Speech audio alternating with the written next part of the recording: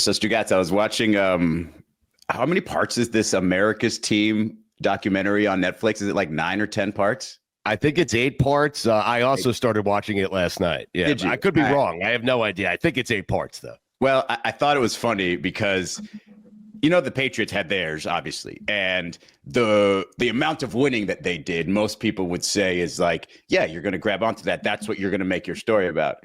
I was laughing because the Cowboys is just like the most valuable franchise in sport. That's what they're hanging their hat on. We are the most valuable franchise in sports. That makes us better than them. But honestly, like when they started telling that story of Jerry Jones and like before he bought the team and what he was in Arkansas and everything else, that got me hooked right away, man. Like that's a richer story than any of these other ones that we've seen lately. I mean, he was running out of money, and he bought one final oil well, and I think it was $800,000, and he turned that $800,000 into $100 million, and then bought the Dallas fucking Cowboys. Jesus, and he said he was going to do that too. The wild thing, dude, he described the sound, spoiler alert for anybody who wants to go watch this and not have any spoilers whatsoever, but he described when they were drilling that well so well that it made me start thinking, well, wait a second. Like, is that the earth yelling and saying, please don't do this? Like, what is oil wells? And like, is there more depth? Because he said something to the effect of only God knows what's down there. And I was just like, what the hell is down there? Like that just that took the Cowboys. Yeah, that took me on a whole different tangent. But the idea that this dude out of nowhere from Arkansas who didn't really like have a connection to Texas, but the Cowboys were just obviously like had grown into America's team. And he comes in here in like, I think 1988 and just takes the team. And honestly, like I didn't really know all that history that well. And it was really cool to start to watch. I haven't finished watching it, but I don't know if I have more respect for him, but I understand him a little better. You have to have more respect for him. I'm wondering if you found yourself liking Jerry Jones because you forgot all the stuff that went into him getting the Cowboys and then turning the Cowboys into a championship team.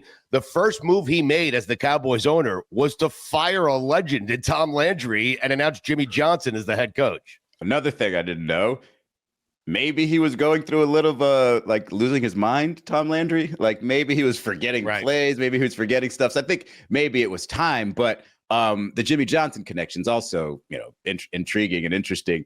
And the fact that he was college friends with him, the fact that he wanted him right away. They did like a mini documentary on the damn Hurricanes at that first episode and so that connection is pretty damn cool too. And to see Jimmy, who doesn't really like to do these things anymore, to sit and be interviewed for it was pretty cool. He seemed thrilled to do this one. He really did, to talk about how he put that team together. They traded Herschel Walker. That helped them get Emmitt Smith. A lot of people mocked them for the trade because at the time, Herschel was the only good player they had. But very few people knew that if they just cut the 5 players they traded to get, for Herschel Walker from the Vikings, they would get picks for each one of the guys that they cut. And so they used those picks and they turned it into a championship team. I found myself, I can't believe I'm saying this because he seems like a loon many, many years later. I found myself liking Jerry Jones. Like that documentary made Jerry Jones likable, at least in the beginning, Izzy. I was going to say you're only a couple episodes in too, so let's not because it's probably I'm probably sure I'll hate him again. Yeah, there's probably stuff later in the doc that they'll probably dance around, but they're going to have to touch on with him. But I find him a little bit more likable. I always knew he was like the from your bootstraps type of guy, and like that was his story, but I didn't realize it was like that kind of out of nowhere. And it did remind me of you, Stu, because he said his gift from God was to be able to borrow money. Yes. Wow. What a gift, man. Of all the things. And here I thought I got a good nose. I was like, no, I'd rather have the ability to borrow money. Like, Jesus. That's a good ability, man. He's a salesman. I mean, right. That's probably why you bonded with him immediately. It's like, you know what? I didn't know that about him. That's my guy. Listen, I like any guy who's down to his last $800,000 and he puts it all into an oil well and he turns a $99.2 million profit on said well, and then turns it and parlays it into the Dallas Cowboys. And that, I think, Izzy, what did he buy the Cowboys for? I think it was $10 million, right? No, I remember it being in the 100, like 150 million, something like that. Taylor can check that for us. I just looked it up. It's 150 million that he bought him for. $10 million. That would have been a steal. Back in the 40s. I mean, did you feel bad for Tom Landry? By the way, 100,000 people showed up on the streets of Dallas when Tom Landry retired for a parade for Tom Landry. And I'm thinking, man, that is lame. Sorry. I also thought to myself, I would like to be down to my last $300 million at some point, because that means I had more than that, even if it wasn't mine. I just want to see that in my bank account. Yes. But I haven't gotten to episode 2 yet. I'm very intrigued by the Michael Irvin of it all. Like a lot of those details about his time with the Cowboys, and they're exposing his like drug use and all that stuff. Not too sharp on that. I'm gonna be sort of relearning all that stuff on the fly. That's gonna be fun.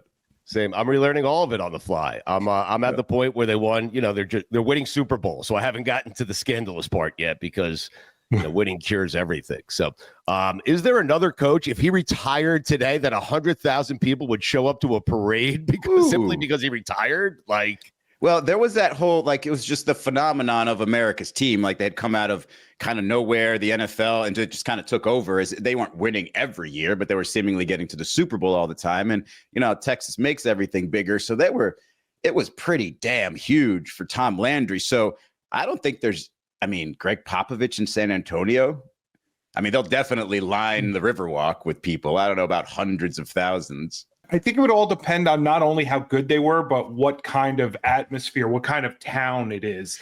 So like a small place like San Antonio, you might have a lot of people. I was trying to think, how many people would show up if Andy Reid retired for Kansas City? Because Kansas City's a smaller area. But it's only nobody would have done that for Belichick. No. No. If Belichick retired after the Rams Super Bowl and then Brady didn't go off and win one in Tampa Bay, I think he gets that kind of turnout. But I think Brady winning with Tampa Bay kind of, I don't want to say it hurt Belichick's legacy, but it certainly didn't help. So if Belichick does it right after winning that Super Bowl and calls it a day, you think 100,000 people come out to celebrate Bill Belichick? That's not. So. Yeah, when you think about it, it's not that. It's a college stadium full of people, so I think they would. Oh, no, listen, remember, if you're doing that, it's also in the wintertime in Boston. Right. 100,000 people? Yes. That's a lot.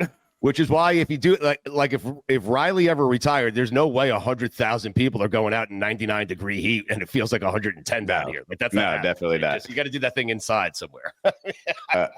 Mikey A brings up a good point, and I think I'm going to do this for the rest of time. Whenever I have conversations with people, I'm just going to say, yeah, I'm down to my last 300 million, because technically you're always down to your last 300 million, right? So it's like, wow, you have to, no, just down to my last 300 million. What am I going to do? I don't know, but people are going to be really impressed by that. It's like, wow. There was a time, Mikey, where 100,000 people would have showed up for Rich Kotite to get fired, and they would have showed up for the parade to celebrate it. I'm serious. Can you name more people that would show up for a coach to be fired than to celebrate a coach after he retired? Because I think it'd be easier to do that. Yes. Oh, there was a time where I think 100,000 Eagle fans would have shown up to Sirianni getting fired. I think you could still get 75,000. Now they might show up if he retires.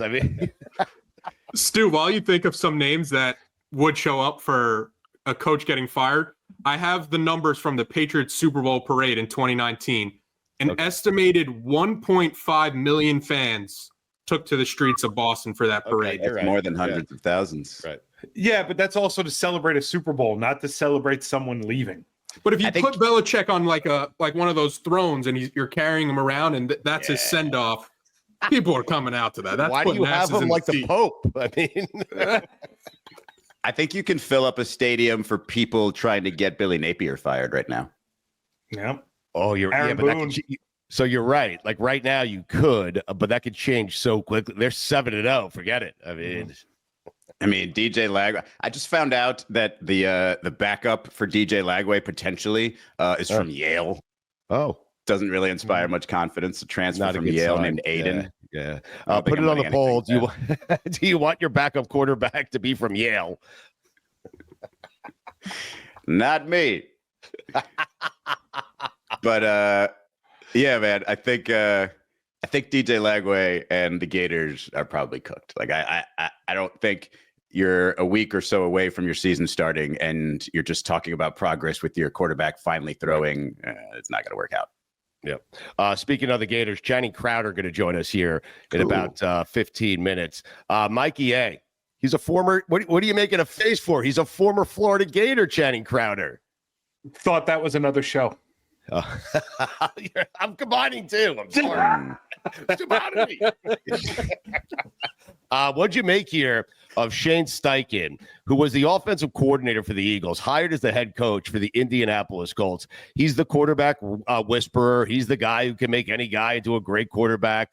They take a guy in Anthony Richardson, and by their own admission, they said this guy's a work in progress. It's going to take time. He has raw ability. And because Steichen's job is on the line and Chris Ballard's job is on the line, they decide to go the safe route. Not with Anthony Richardson, the guy they drafted, and the guy Steichen was supposed to turn into a great quarterback. They go with a guy that Brian Daboll said, get the hell out of here. I don't want you anymore. They go with Daniel Jones. The whole thing is confusing, and Steichen should be ashamed of himself. It's amazing to me. I like this guy. Steichen. I like how you Steichen it. It's like I throw a little Hebrew, like, yeah. It's amazing to me how the thing that we all scream from the mountaintop, like when Anthony Richardson was coming out, everybody's like, he's not ready. He needs to go back to college. He's not ready. He's a hell of an athlete. Anything in college? I don't know. He could throw the ball a mile and he could big run. plays. Right. The first game against, I believe it was against Utah, there was a couple plays where you're like, oh my God, like the Heisman season might be on. And then it kind of just all went downhill from there. Because you got to win. Right. Yeah. And he's not an accurate thrower of the football. No. The thing is so what is Daniel Jones particularly good at? Like Daniel Jones is kind of a sneaky athlete, like fast, straight up and down runner. Has a strong arm. He's inaccurate too, right? Isn't that the thing with Daniel Jones? He's kind of a little bit of a better version and more experienced version of Anthony Richardson. Right. I mean, I couldn't have picked a better place for him to go than Indianapolis when he became a free agent, because you don't have to change anything with that offense, no matter who's at quarterback. You're running the same kind of thing, and you're going to have the same kind of problems. Exactly. Right. That's the problem. You lower the ceiling some. If Anthony Richardson is out there as explosive as he is, then you have higher hopes for what you can do. But if he's not ready, then you got to settle for something. Like, I don't hate the move because I don't have a lot of faith in Anthony Richardson, period. Yeah, but they're trying to do this thing, Izzy, where they're saying, hey, we have not given up on Anthony Richardson, but we're going to start Daniel Jones for the year. No, listen to me. You have given up on Anthony Richardson. Mm-hmm. If you are announcing that Danny Dimes is your quarterback for the entire season, then you have given up on Anthony Richardson. You're not announcing Joe Burrow to be your starter. You're not announcing someone who's markedly better than Anthony Richardson or has more upside. You're announcing that Daniel Jones is your starter for the season, but we still hold out hope for Anthony Richardson. It didn't matter. Richardson wants out of Indianapolis, and I hope the Jets get him. It didn't matter if it was Daniel Jones. As long as it was somebody who another team has already discarded, and now you're choosing that guy over your guy, then yeah, you've 100% given up on Anthony Richardson. Like, there's no recovering from that. Right, but here's the thing. They get rewarded if Daniel Jones is good, and everyone will forget that they used the fourth pick in the NFL draft on Anthony Richardson. No one will remember that if Daniel Jones turns out to be good. Can Daniel Jones possibly be good? Like, we've seen what we can see from Daniel Jones. He's won a playoff game. I mean, that's why he got the big contract. He got it off based on one playoff game from Joe Shade. I mean, that kind of shows like how fast the NFL can move, because in 2023, the Giants beat the Vikings in the wild card game. The Giants have Saquon Barkley. They have the coach of the year in Brian Daboll, and then they have what they believe is their franchise quarterback in Daniel Jones. And now you're looking at where the Giants are at, and you're like, they're not even close to competing anymore. And now Daniel Jones is on his second team or not his second team, since I guess I think it's third team. Yeah. He was technically a Viking last year. But yeah, it's crazy how fast the NFL moves, where people are now saying, like, maybe Daniel Jones can be good, when just 2 years ago, the talk in New York and the talk on WFAN was like, this is the guy.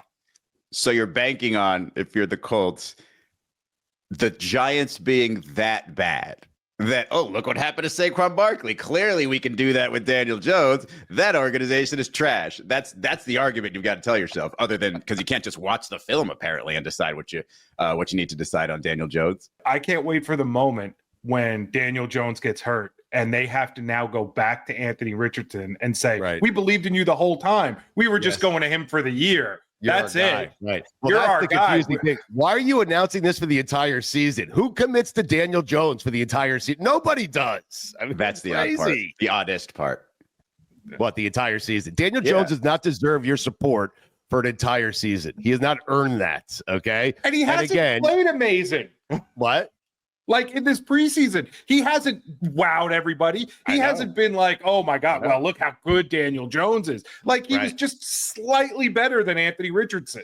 Yes. But I think the larger indictment here is how come the quarterback guru hasn't developed the quarterback, right? Like that always bothers me. When you hire the next quarterback whisperer who doesn't have the ability to make any quarterback great, and that's why he got the job. I'll say what we're all thinking. We throw out the word quarterback guru way too frequently. Thank you. Way too frequently. One of the rare times I was actually thinking exactly what he said. Like I lose track of how many of these guys are quarterback whisperers and quarterback gurus. Like when you said Shane Steichen, I was just like, is he really? Didn't know that. I'm going to have to put him on the list. It's fun to say. If there was how many quarterback gurus do we have? Like legit. I can only think of one. Who? Trent Dilfer? Kevin O'Connell. Ooh. I was thinking of Cliff Kingsbury, but he's not legit anymore. He lost the title. No. Huh. Kevin O'Connell won some games with some really bad. What do I Google here? Quarterback some really whisperer? mediocre quarterbacks look really good. Does what's his face in San Francisco get credit for making quarterbacks better, or is it just a system that works out? Who, Kyle Shanahan? Yeah. Kyle Shanahan. I think it's the system. They also took Trey Lance, and he's on his 7th team right now. So if he was a whisperer, Trey Lance would have been pretty good. Yes. Need to whisper a little harder to that one. Sean Payton, whisper. He's a whisperer. There's no Drew Brees would have been just fine without Sean Payton, but I guess you're referencing Bo Nix. I think Bruce Arians is the guy, right? Like I think all time he's considered like the quarterback whisperer of all time. I do. Bruce Arians with a Kangol hat. And a scotch. Didn't win a Super Bowl until he got Tom Brady. Who is the hip hop artist who famously wore a Kangol hat? Huh. It's the only reason I even know. Ooh, no, not even close. Should I know this? Maybe. I mean, it's the only reason I know why that hat is what it is. So the fact that you dropped a Kangol hat, I was like, oh, you must I only know because of Bruce Arians. I mean, okay. LL Cool J. LL Cool J. God, I should have known that. When you think Kangol hat, do you think Bruce Arians or LL Cool J? Put it on the poll. Put it on the poll. Oh. That's right up there with isotoner gloves. Do you think Dan Marino or OJ Simpson? I definitely think Dan Marino, but that's because I'm from down here. I think of a different kind of glove. Right. So OJ did isotoner glove ads, but once you think of glove, you don't think of isotoner with him anymore. Just think of a black. Right. Did he use isotoners that night? What, like, was the glove that didn't fit? Was that an isotoner? No, I think it was much more expensive. Right. So do I. It's like leather all the way through. Oh God. But if you're a Colts fan, and they pick Daniel Jones for you, like there's nothing they're right up there with the Dolphins fans now, right? Just thinking, I mean, it's got to take a minor miracle to even have a playoff team.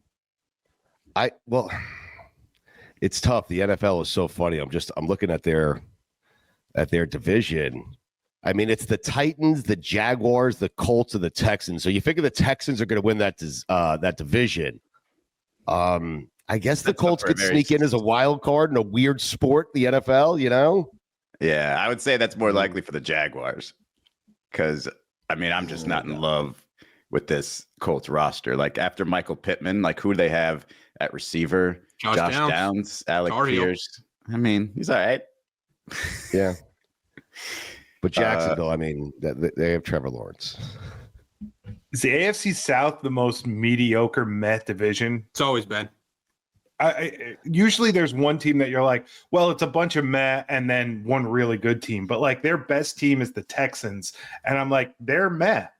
Yeah, but the Texans are men now because 2 years ago they were exciting. They were young. They were good. Because they were CJ Stroud was really good, and then CJ Stroud came back down to earth because you need an offensive line when you have a quarterback, and they traded their best one. Right. They brought in everybody. Like they called me. They were like, "Hey, can you come try and block for CJ Stroud?" They brought in bodies. How'd you do? They didn't. I'm cut. I couldn't even get off the bus without being winded. But they just. Like they brought in bodies, but they didn't upgrade anything. They got rid of their best guy. And now they're like, well, we'll see. We'll throw it all at the fan and see what works. Well, the whole thing, like you mentioned the Jaguars, Stu, and like to me, they're more likely to have that surprise, like big season. Like the boomer bust potential for them, I think is more of a variant or varies more than it does when you have Daniel Jones as your quarterback. So if you had Anthony Richardson there, you would definitely have more hope. You'd have more potential. Now it's just like your ceiling is so low, and I just don't have any faith in it. I don't care how many one single playoff games Daniel Jones has won.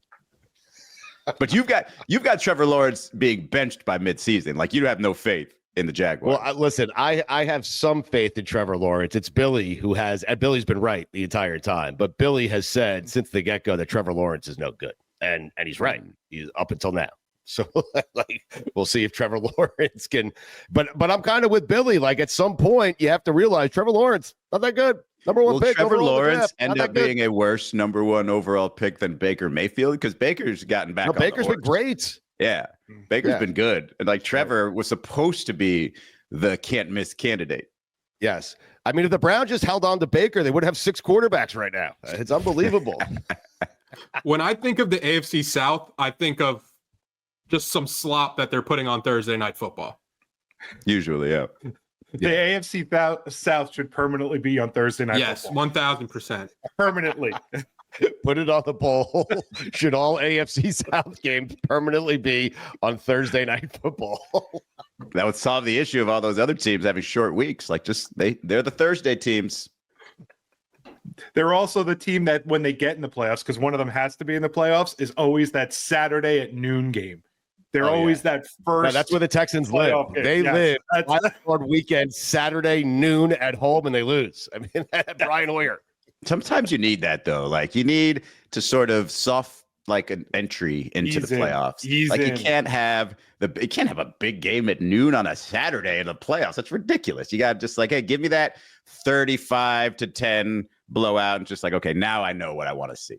Finally got the blowout out of the way. Now we get 3 good games. Welcome to the playoffs. Right. I'm not even certain it's a blowout. It does, like Izzy's right. It's at noon. It's on a Saturday. It's the first game. It's always the AFC South. And to me, it feels like a regular season game. I'm not watching 2 teams who are going to go on to win the Super Bowl. That's what that game should be called. It should not be called the wild card. It should be 2 teams not advancing to the Super Bowl. Something like that. I don't know why, but I don't believe in the Texans taking the next step until they're not in that slot anymore. Does that make sense? Just schedule them differently, and then I'll be like, you know what? I think they got a chance at something. But because they're going to be in that slot, I'm like, they're going to be out next week, even if they win this week. So wild card weekend, Texans Sunday, 1:00. You're sold? Your Texans are in? Texans are way better off if that's their first game of actually trying to win a championship.